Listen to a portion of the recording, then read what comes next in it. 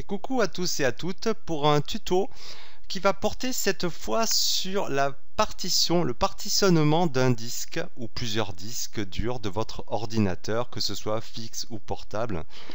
Alors Windows, depuis le Windows 7, me semble-t-il, dispose déjà d'un gestionnaire de partitionnement de disques, qui se trouve ici en clic droit.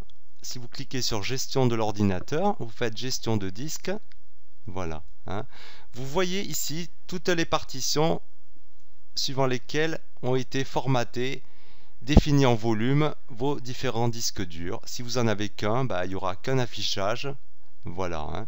Bon, je ne vais pas vous faire le détail de comment j'ai partitionné l'ensemble de mes disques durs. Moi, j'aime bien être organisé, donc c'est des partitions de manière thématique. Je mets mes jeux à un endroit, je mets mes médias à un endroit, voilà, mes téléchargements à un autre endroit et une partition réservée à la sauvegarde. Bon, alors je ne vais pas m'étendre. Le système de gestion de disque de Windows est suffisant pour la plupart des opérations de formatage, à condition que vous n'ayez aucune donnée par-dessus. Maintenant, on va parler essentiellement sur ce sujet du partitionnement, de la gestion des disques sur des disques qui sont occupés déjà avec des données dessus. Et c'est là où on va utiliser un utilitaire intéressant pour plusieurs points. Encore une fois, je l'ai choisi pour vous parce qu'il est gratuit et il est en français. Il s'appelle EasyUS Partition Master. Donc je vais vous linker l'endroit où vous irez le télécharger, en l'occurrence le site officiel. Donc vous allez le récupérer, vous allez aller sur le menu gestionnaire de partition. Voilà, j'y étais. Et vous allez aller à cet endroit-là, Partition Master, et le télécharger. Il est gratuit. Le reste, vous en occupez pas. Il y a une version professionnelle, une version serveur, avec des fonctionnalités beaucoup plus étendues, bien évidemment, puisqu'elles seront offertes payantes. Donc vous vous contentez de prendre la version gratuite. Ici, télécharger, je ne vais pas le faire pour vous. Je l'ai fait de mon côté. Voilà. Une fois que vous l'avez téléchargé, vous l'installez et vous vous retrouverez avec une icône sur le bureau, si tout va bien, que vous allez ouvrir. Voilà, donc vous aurez cette fenêtre. Alors moi je vais garder quand même la gestion du disque ouverte de Windows. Donc l'outil de base. Et on va garder cette fenêtre de EasyUS Partition Master ouverte.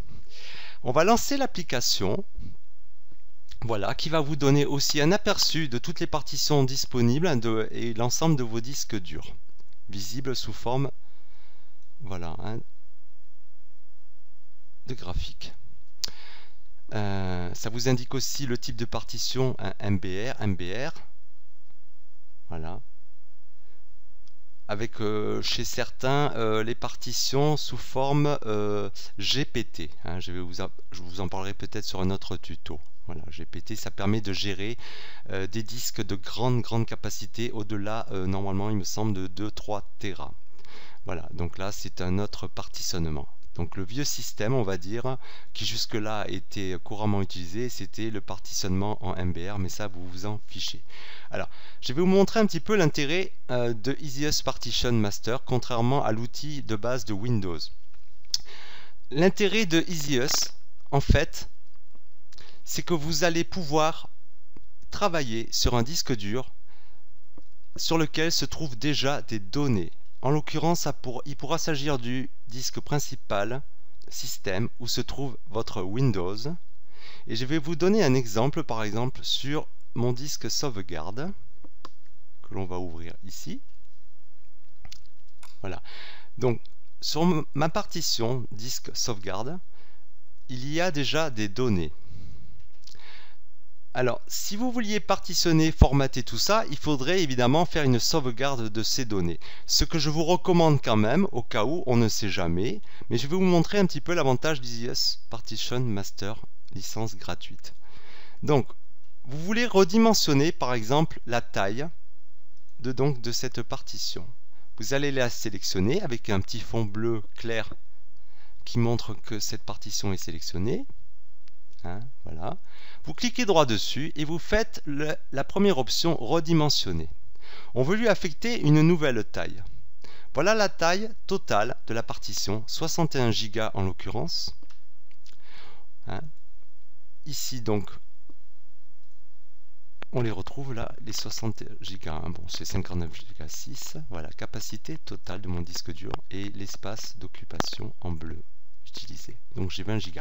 Alors, je vous montre cette manip parce que si vous avez des données déjà actuellement sur la partition sur laquelle on va travailler, vérifiez bien la capacité utilisée par vos données.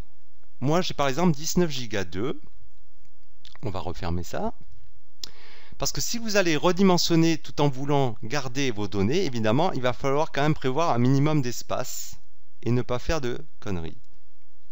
D'accord? Voilà. Mais après, EasyUS, effectivement, je vous dis ça, mais il a quand même sécurisé l'opération puisqu'il garde quand même un minimum de taille de 20 Go, hein, 21 Go quasiment, concernant mes données actuellement stockées dessus. Donc vous ne pouvez pas aller à moins de la capacité occupée par vos données. On va la redimensionner un peu plus. Allez, voilà. Donc vous allez confirmer l'opération. En plus, notez quand même qu'il a une option cochée par défaut pour optimiser les disques SSD. En l'occurrence, le mien est un SSD, effectivement. Donc vous confirmez. Alors là, vous observez, il ne s'est rien passé encore sur mon disque de sauvegarde ici, hein, dans l'outil de Windows. Évidemment, il faut confirmer l'opération ici. Donc vous appliquez les modifications, vous faites OK, et là il va travailler. Donc là, il y a l'histogramme horizontal de progression de l'opération, et voilà, avec cette fenêtre de succès d'opération. D'accord? Donc je reviens sur l'outil de gestion de disque de Windows.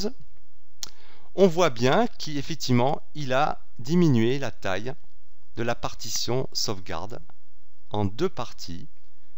Hein. Rétréci donc tel que je le souhaitais à 21 Go et avec un surplus de place qui est non attribué. Donc voilà, ça vous fait un espace de volume à redéfinir. Alors si je vais vérifier effectivement dans mon explorateur la partition sur laquelle on vient de travailler, vous voyez bien qu'effectivement elle est passée à 21 Go, je l'ai raccourci, et du coup effectivement, vu que mes données sont toujours stockées dessus, il est devenu rouge. Évidemment, j'ai amputé la partition d'à peu près 30 Go. Voilà. Alors vous vous dites, bon ben je viens de perdre 30 Go. Mais c'est pas grave, ils sont toujours disponibles, ils sont juste là, 38 Go. Le tout c'est qu'en fait il faut les partitionner aussi, hein, rendre la partition effective sous Windows. Donc là vous allez faire créer une partition, vous allez l'appeler surplus, ce que vous voulez hein, évidemment. Vous laissez tout par défaut, je vous laisse, hein, effectivement il faut vérifier quand même qu'il est bien par défaut en système NTFS, et il affectera la lettre J à ce volume de partition. Vous faites confirmer. Toujours la même opération. Là, vous lancez l'opération effective. Voilà, il va travailler. Voilà. Fenêtre de succès d'opération achevée. Je reviens sur la fenêtre de gestion de disque de Windows. Vous voyez bien qu'il m'a créé une nouvelle partition J à côté de la partition de sauvegarde. Voilà, qui est maintenant donc cette partition surplus qui a récupéré tout l'espace disponible de 38 Go qui restait. Je reviens sur mon explorateur de fichiers et on voit bien qu'effectivement elle apparaît ici. Donc vous voyez quand même l'intérêt d'un tel outil que ne peut faire celui de Windows, c'est de redimensionner à la volée vos partitions sans perte de données. Donc là, j'ai toutes mes données qui n'ont pas bougé. Je n'ai pas eu à les déplacer. Je vous conseille quand même, comme je vous l'avais dit au préalable, de faire quand même une sauvegarde au cas où. Mais voilà, c'est quand même un travail moins fastidieux que de virer les données, formater, partitionner, remettre les données par-dessus. Alors, l'avantage que ça a... d'utiliser un tel outil, c'est par exemple en supposant vous avez par exemple, je vais revenir, voilà, vous possédez un seul disque dur sur lequel on vous a installé Windows. Vous avez un disque par exemple de 1 Tera, 2 Tera et vous n'avez pas tout ça à côté. L'intérêt de partitionner déjà, c'est de diviser le disque en plusieurs parties, n'est-ce pas? Le partitionner en plusieurs morceaux donc. Parce que si par exemple vous souhaitez faire une image système comme moi je fais souvent, de sauvegarde complète du système, vous saurez où la mettre. Moi mes images système se mettent ici. Sachant que effectivement si vous n'avez qu'un seul disque dur, il est impossible d'avoir l'image système sur le même endroit, sur un seul disque dur où se trouve l'OS lui-même. Donc soit vous procédez comme moi en créant une partition particulière pour y stocker l'image système, soit vous faites appel à un disque dur externe. Mais il n'est pas possible de placer l'image système sur la même partition que l'OS qui va être sauvegardé. Donc vous voyez bien que l'intérêt sur par exemple des bécanes qui sont fabriquées par exemple Toshiba, des constructeurs comme ça, Acer, souvent ils vous offrent un disque dur avec 1 Tera, 2 Tera de capacité, mais ça n'est pas partitionné en plusieurs. Donc en fait, vous allez pouvoir grâce à Is Partition Master créer des partitions au sein du disque dur qui a été laissé en un seul morceau par le fabricant, et donc vous réservez donc la possibilité de faire comme moi plusieurs partitions sur votre disque dur et ainsi y placer par exemple une image système, et tout ça sans avoir à réinstaller Windows. Voilà, vous faites tout ça à la volée. Voilà pour ce tuto d'aujourd'hui, j'espère que vous en avez compris l'intérêt. Et aussi, je vous souhaite, moi j'ai un temps magnifique, donc je vais faire une petite pause. Je vous dis sur ce, à bientôt les loulous. Ciao ciao.